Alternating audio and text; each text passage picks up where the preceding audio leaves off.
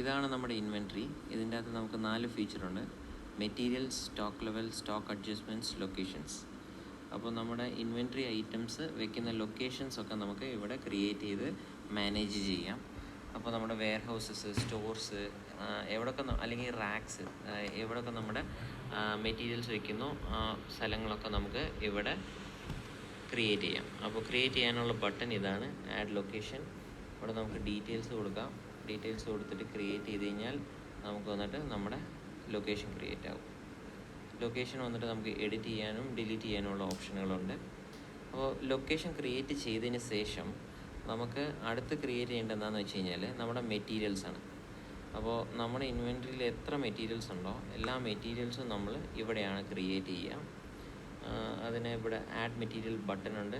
നമുക്ക് നമ്മുടെ material related ആയ ഡീറ്റെയിൽസ് കൊടുക്കാം. സേവ് ചെയ്താൽ നമുക്ക് വന്നിട്ട് നമ്മുടെ മെറ്റീരിയൽസ് സേവ് ആകും. അപ്പോൾ നമ്മുടെ സേവ് ചെയ്ത മെറ്റീരിയൽസ് കാണാൻ വ്യൂ ഓപ്ഷനുണ്ട്, എഡിറ്റ് ചെയ്യാൻ എഡിറ്റ് ഓപ്ഷനുണ്ട്, ഡിലീറ്റ് ചെയ്യാൻ ഡിലീറ്റ് ഓപ്ഷനും ഉണ്ട്. മെറ്റീരിയൽസ് നമുക്ക് ക്രിയേറ്റ് ചെയ്തതിന് ശേഷം ഓരോ മെറ്റീരിയൽസും ഓരോരോ ലൊക്കേഷനുകളിലായിരിക്കും നമ്മൾ പ്ലേസ് ചെയ്യാൻ പോകുന്നത്. ഇപ്പോൾ ഈ DC കേബിൾ എന്ന് പറയുന്നത് നമ്മുടെ ഈ ലൊക്കേഷൻ ഇപ്പോൾ നമുക്ക് 3 എണ്ണം ഉണ്ട്. Main warehouse, store 1, store 2. അപ്പോൾ ഇതിൽ എവിടെ വേണമെങ്കിലും നമുക്ക് വന്നിട്ട് ഈ DC കേബിൾ സ്റ്റോർ ചെയ്യാം. അപ്പോൾ വെയർ ഹൗസിലും സ്റ്റോർ 1ലും സ്റ്റോർ ചെയ്തുവെന്ന് നമുക്ക് വെറുതെ വെച്ചിട്ടുണ്ടെങ്കിൽ നമുക്കത് വന്നിട്ട് കാണാൻ പറ്റുന്ന സ്ഥലം സ്റ്റോക്ക് ലെവൽസാണ്. അപ്പോൾ ഇവിടെ വന്നിട്ട് നമുക്ക് ഏതൊക്കെ സാധനങ്ങൾ ഏതൊക്കെ ലൊക്കേഷനുകളിലുണ്ടെന്നുള്ളത് കാണാൻ പറ്റും. അപ്പോൾ ഫോർ എക്സാമ്പിൾ ഇവിടെ വന്നിട്ട് LED under water pool light, അത് സ്റ്റോർ 2ൽ 10 ഐറ്റം ഉണ്ട്.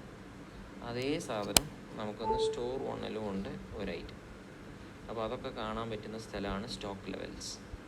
അപ്പോൾ ഇവിടെ നമുക്ക് വന്നിട്ട് സ്റ്റേറ്റസ് കാണാൻ പറ്റും, ഏതൊക്കെ ഔട്ട് ഓഫ് സ്റ്റോക്ക്, ഏതൊക്കെ ലോ സ്റ്റോക്ക്, ഏതൊക്കെ ഇൻ സ്റ്റോക്കിലുണ്ടെന്നുള്ളത് നമുക്ക് വന്നിട്ട് ക്വരിയും ചെയ്യാൻ പറ്റും, ഇവിടെ ഫിൽറ്ററും ചെയ്യാൻ പറ്റും. അപ്പോൾ നമുക്ക് ഔട്ട് ഓഫ് സ്റ്റോക്ക് ഉള്ള സാധനങ്ങൾ ഏതൊക്കെയാണെന്ന് മാത്രം കാണണമെന്നുണ്ടെങ്കിൽ ഔട്ട് ഓഫ് സ്റ്റോക്ക് സെലക്ട് ചെയ്യാം. Pool pump system, pool water testing kit, pool cleaning tool set. അപ്പോൾ ഇതാണ് നമ്മുടെ ഔട്ട് ഓഫ് സ്റ്റോക്ക് ഐറ്റംസ്. ഇത് നമുക്ക് വന്നിട്ട് പർച്ചേസ് മോഡിൽ കൂടെ പർച്ചേസ് ചെയ്യാം. അപ്പോൾ അത് അടുത്ത വീഡിയോയിൽ കാണിക്കാം. ഇപ്പോൾ ഇതേപോലെ തന്നെ നമുക്ക് ലൊക്കേഷൻ ബേസിസിൽ വന്നിട്ട് ക്വരി ചെയ്യാം, ഫിൽറ്റർ ചെയ്യാം. ഇല്ലാന്നുണ്ടെങ്കിൽ നമുക്ക് സെർച്ച് ചെയ്യണമെങ്കിൽ സെർച്ച് ചെയ്യാം. ഇവിടെ വാട്ടർ പ്രൂഫ് പൂൾ സിമെൻ്റ് എന്നുണ്ട്. ഞാൻ വാട്ടർ പ്രൂഫ് പൂൾ സിമെൻ്റ് എന്ന് അടിക്കുമ്പോൾ നമുക്ക് വന്നിട്ട് വാട്ടർ പ്രൂഫ് പൂൾ സിമെൻ്റ് വന്നിട്ട് ഫിൽറ്ററായി കിട്ടും. അപ്പോൾ ഇതാണ് നമ്മുടെ സ്റ്റോക്ക് ലെവൽസ്. ഇപ്പോൾ നമ്മളൊരു ഫിസിക്കൽ കൗണ്ട് എടുക്കുമ്പോൾ നമ്മുടെ സ്റ്റോക്ക് ലെവൽസ് മാറിക്കിടക്കുകയാണെന്നുണ്ടെങ്കിൽ നമുക്കത് അഡ്ജസ്റ്റ് ചെയ്യാനുള്ള ഓപ്ഷനാണ് ഇത്. ഒന്നെങ്കിൽ ഇവിടെ നമുക്ക് വന്നിട്ട് അഡ്ജസ്റ്റ്മെൻറ്റ്സ് വന്നിട്ട് കൊടുക്കുക. ഇല്ലയെന്നുണ്ടെങ്കിൽ നമുക്ക് സ്റ്റോക്ക് അഡ്ജസ്റ്റ്മെൻറ്റ്സ് ഇവിടെ ഈ ഒരു ടാബിൽ കൂടെയും കൊടുക്കാം. നമുക്കതൊരു പുതു അഡ്ജസ്റ്റ്മെൻറ്റ് എടുത്ത് കൊടുക്കണമെങ്കിൽ കൊടുക്കാം. സോ നമുക്ക് സ്റ്റോക്ക് ലെവൽസിൽ കൂടെ ഒരു അഡ്ജസ്റ്റ്മെൻറ്റ് ചെയ്ത് നോക്കാം. ഇപ്പോൾ സ്റ്റോക്ക് ലെവൽസിലാണ്. അപ്പോൾ നമ്മൾ വന്നിട്ട് സാൻഡ് ഫിൽറ്റർ സിസ്റ്റം കൗണ്ട് ചെയ്യണം. മെയിൻ വെയർ ഹൗസിൽ കൗണ്ട് ചെയ്തപ്പോൾ നമ്മുടെ ഐറ്റം വന്നിട്ട് 3 ആയിരുന്നു. 3 ഇവിടെ ഉള്ളത് 1 ആണ്. അപ്പോൾ നമുക്ക് എന്താ ചെയ്യേണ്ടതെന്ന് വെച്ച് കഴിഞ്ഞാൽ അഡ്ജസ്റ്റ്മെൻറ്റ് ഓപ്പൺ ചെയ്യുക. ഓട്ടോമാറ്റിക്കായിട്ട് സാൻഡ് ഫിൽറ്റർ സിസ്റ്റം സെലക്ട് ആയിട്ടുണ്ട്. മെയിൻ ലൊക്കേഷൻ, അതായത് storage location main warehouse എന്നുള്ളത് വന്നിട്ട് സെലക്ട് ആയിട്ടുണ്ട്. നമ്മുടെ കറണ്ട് ക്വാണ്ടിറ്റി 1 kg ആണ്. അപ്പോൾ നമ്മളത് എന്താ ചെയ്യുന്നതെന്ന് വെച്ച് കഴിഞ്ഞാൽ ഇൻക്രീസ് സ്റ്റോക്ക്. നമുക്ക് മൊത്തം വന്നിട്ട് increase stock, decrease stock, physical recount എന്ന് പറഞ്ഞ 3 ഓപ്ഷനുണ്ട്.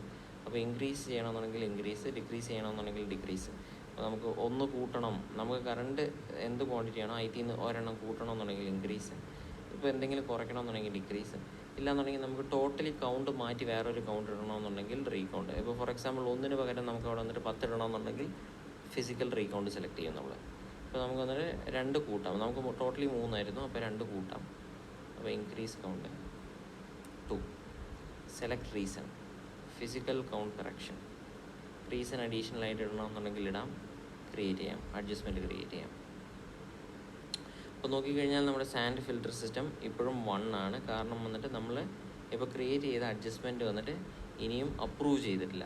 അപ്പോൾ നമുക്ക് വന്നിട്ട് അവിടെ പോവുക. അവിടെ പോയി കഴിഞ്ഞ് കഴിഞ്ഞാൽ നമുക്ക് വന്നിട്ട് ഈ ലാസ്റ്റിൽ ആക്ഷൻസ് എന്ന് പറഞ്ഞ ഒരു ടിക്കും ക്രോസും ബട്ടൺ ഉണ്ടാകും.